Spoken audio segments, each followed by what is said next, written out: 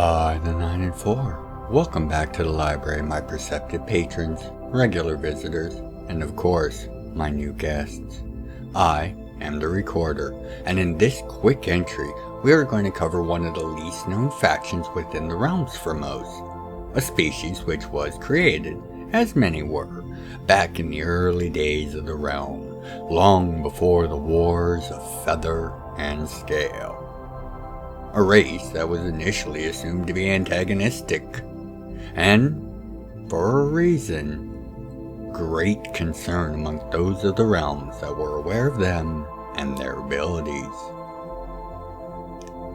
These individuals are collectively known as the Shifting Sentinels, and this is their story, in brief. As you are well aware by this point in our explorations, this will be but an overview and introduction to these most fascinating of people. As mentioned, when first contacted, the Shifting Sentinels were assumed to just be a faction within the ancient empire. In fact, it was thought that they made up a significant portion of the ruling elite within the empire. Individuals working on behalf of the Scriptorum in infiltrating and other operations against the realms during the Scriptorum War that occurred soon after contact with the Empire was made, makes this line even blurrier for many of the leaders and the divines of the realms to figure out. However, in the years since that conflict, and in the run-up to the current levels of tension and distrust between the two of the largest realm factions, the Shifting Sentinels, for the most part, have remained quiet and unmoved by events that have occurred in the interim. However, it has become very clear, not only in the terms of the treaty that brought both the Empire as well as the Sentinels into the greater realms, but also in how they have conducted themselves, that the Sentinels see themselves not as citizens or members of the Empire, or of Jam'mar herself exactly. They are members of the realms, first and foremost, and any other allegiance to that idea of a unified front made of the children of the Nine Wings. So what are the Sentinels, and why are they so feared by those that know about them in detail? Where did they come from, as they were not a creation of the Nine Wings, or of the gods of Jam'mar herself? What kind of powers do they have that we are aware of? And perhaps, most importantly, what are their motives and goals, not only for themselves, but for the realms, and their place in it as a whole? Beginning with the first question, the Shifting Sentinels are meta-organic shapeshifters. Meta-organic in this case means that their mass is only ever in a state that they wish it to be, and while it can indeed take forms of non-living materials or even energetic states, without any issue actually, there will always be some core of this meta-organic matter within, even if it is out of phase with the rest of it.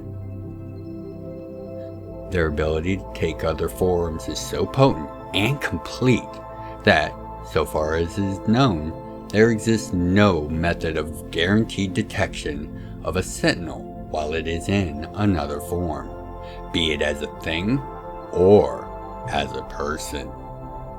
This is the source of the great distrust and worry that many have of the Sentinels. The Sentinels were a creation of the Elder races.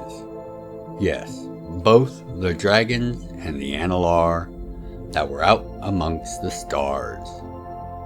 In those early days before the wars of feather and scale, but still with those conflicts looming in the foreseeable future, those that were adherents to the path of the revered, which taught unity between Dragon and Analar, saw the need for a force that would contain the possible fallout from the coming wars, as well as there to be assistance for the younger races of Jam'mar afterwards. A group that could operate deliberately and with great subtlety, as to not treat their charges with a cruel or heavy hand.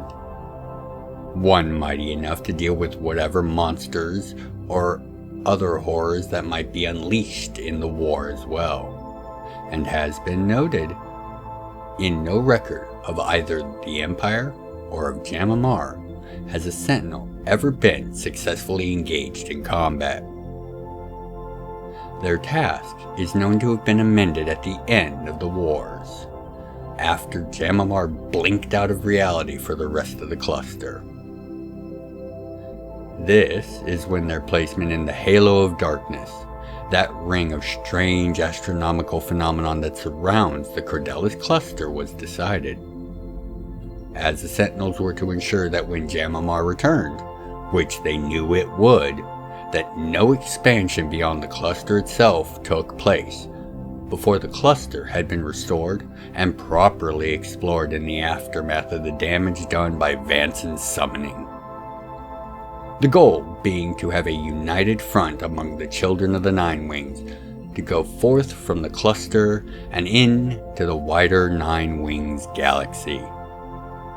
The fact that in the long ages after, they aligned themselves with the largest and only real multi-planetary or multi-system governance that was still around, the ancient empire, is seen thus more as a practical choice than any agreement to the empire's hatred of the home they claimed abandoned them. Beyond their shape-shifting abilities, which are assumed to be a combination of Dragon's hyper-evolution abilities towards any sort of goal they aim, and the Analar's grace, but somatically and internally focused on themselves, little is actually known about the Sentinels' abilities, even if they eat, or if they sleep. Lore extracted from the Empire has been obtained in recent years that speak to individual varieties in powers and skills, matching that of many of the other races.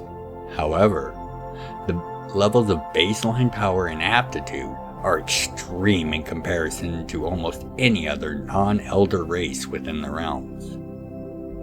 However, due to restricted reports obtained from the hunters, we do have an insight on how they reproduce, or at least one of the ways they can do so. According to these reports, a Sentinel can, in essence, absorb a target, and while gaining every scrap of information, knowledge, instinct, and skill, will also bud off at least one, if not multiple offspring.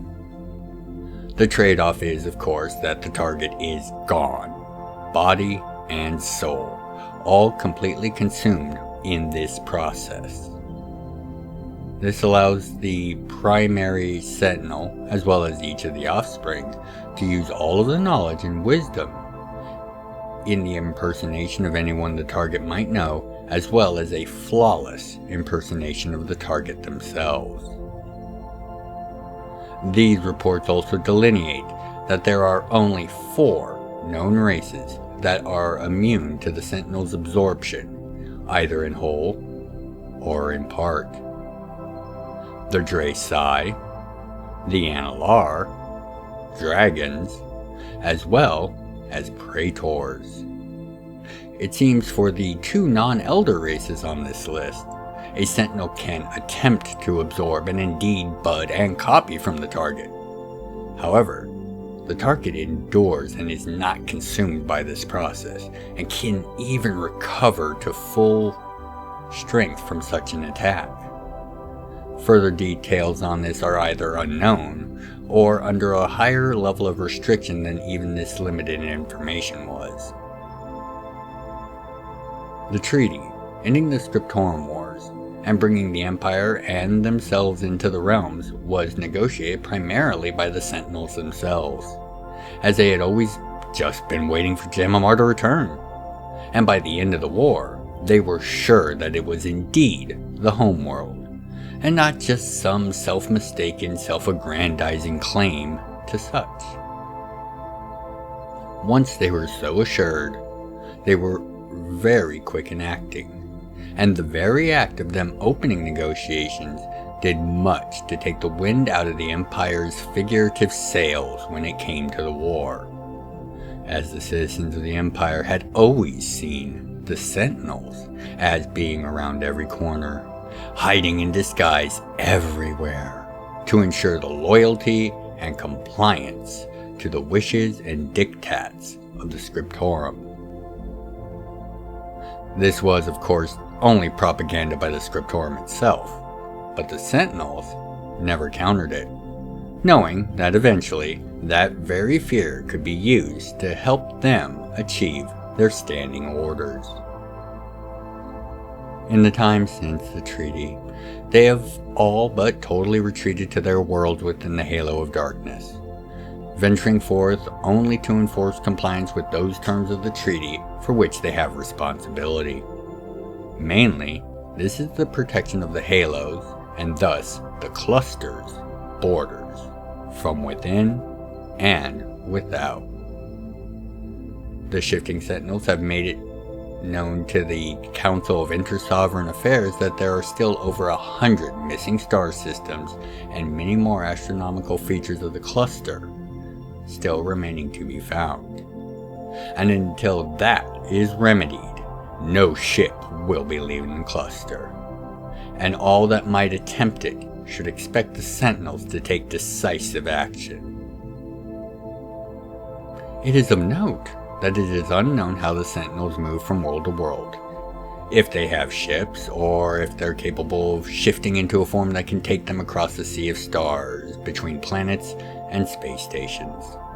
But even without this information, the wide amount of discovery and exploration within the cluster, not to mention the word of even more, of both yet to be revealed, has more or less consumed the intention of the bulk of the realms, and the rest are either agelessly patient enough to wait, or soon to meet their final fate, and perhaps return a new person from their ill-fated attempt to leave the cluster. Beyond this final task, the consolidation of the cluster, it is unknown what the aims or orders of the Sentinel are, or even if they have any. Perhaps they will sit in the halo of darkness as eternal guard for the home cluster. Perhaps they will become the realm's surreptitious scouts for further exploration. They have made no moves to set up or secure for themselves any real political power beyond total control of the halo as their native territory, and even maintain their various Council of Inter-Sovereign Affair votes as abstainments as a default. So it does not appear that they intend on diving too deeply into the great game of politics if it doesn't serve their overall goals, but they're wise enough to keep the door open just in case. How this will all resolve with the looming possibility of a new series of conflicts between the Empire and Jam'mar and the other realms is something we shall have to see as it develops. But for now, this is where we shall end our overview of the Shifting Sentinels, a group loyal to the realms above any one faction of it. How these powerful, largely alien entities will continue to interact with the realm should prove interesting, as rumors of visits of the Sentinels with the likes of Her Majesty Genevieve Nodokir herself during the current rising tensions only adds fuel to rampant speculations as to how the Sentinels will act in the future. I do hope you will stick with me as we continue to explore and examine the realms of Jam'mar, my perceptive patrons, regular visitors, and of course, new guests, in future entries of Intro to the Realms. I have been, as always, the Recorder, and I thank you for your time, interest, and your support. Now, until you next make it back to the library for your next entry, by the 9 and 4, be well, take care of yourselves and each other. If you'd like to contribute to the further exploration and explanation of the realms, please consider leaving a comment, a like, and sharing the video around. I read all the comments and make efforts to reply to each. Thank you for helping to grow the channel, and know I look forward to each and every one of your comments. Other methods of support can be found in the channel's description. Thank you for watching.